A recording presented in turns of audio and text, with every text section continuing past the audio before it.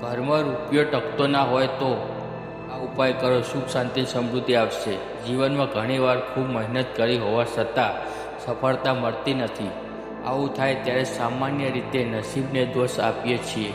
દરેક વ્યક્તિ જીવનમાં સફળ અને શ્રેષ્ઠ બનવા માગે છે, જેના માટે લક્ષ્મીજીની કૃપા રહે તે પણ જરૂરી છે.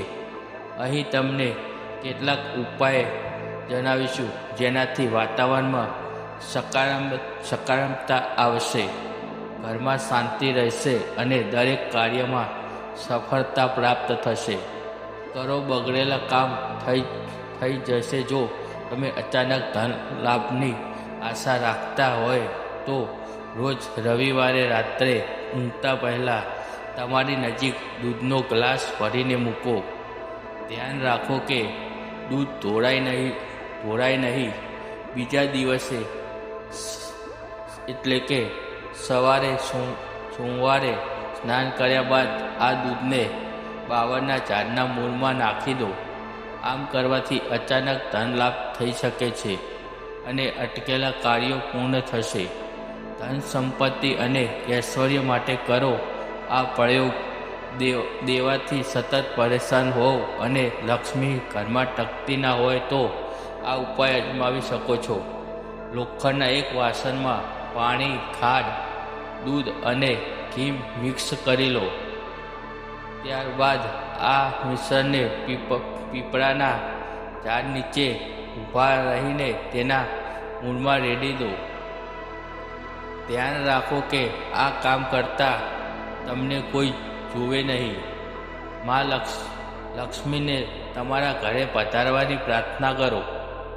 આ પ્રયોગથી નાણાંની તંગી દૂર થઈ શકે છે, માં લક્ષ્મીનો વાસ થશે અને દર ગુરુવારે તુલસીના છોડમાં થોડું દૂધ ચડાવો અને સાંજે ઘીનો દીવો કરો. આમ કરવાથી માં લક્ષ્મીનો સ્થાયી વાસ થશે. બેરોજગારને રોજગારીની તક મળશે અને ઘરમાં આર્થિક સંપન્નતા વધશે. નોકરી અને વ્યવસાયની સમસ્યા દૂર કરો.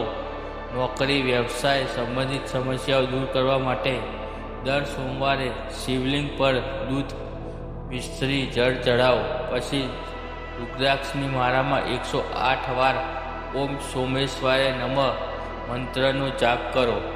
સાથે જ દરેક કે માસની પૂનમે ચંદ્રમાને દૂધ મિશ્રી જળથી અર્ધ્ય આપવું જોઈએ.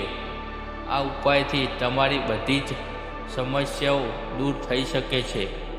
આરોગ્યની પ્રાપ્તિના ઉપાય. તમારા ઘરની ઉત્તર દિશામાં માં લક્ષ્મી કમર પર બિરાજમાન હોય અને હાથમાંથી સુવર્ણ મુદ્રા નીચે પડતી હોય તેવી તસવીર લગાવો, જેથી ઘરમાં સમૃદ્ધિનો વાસ થશે અને આરોગ્યની પ્રાપ્તિ થશે.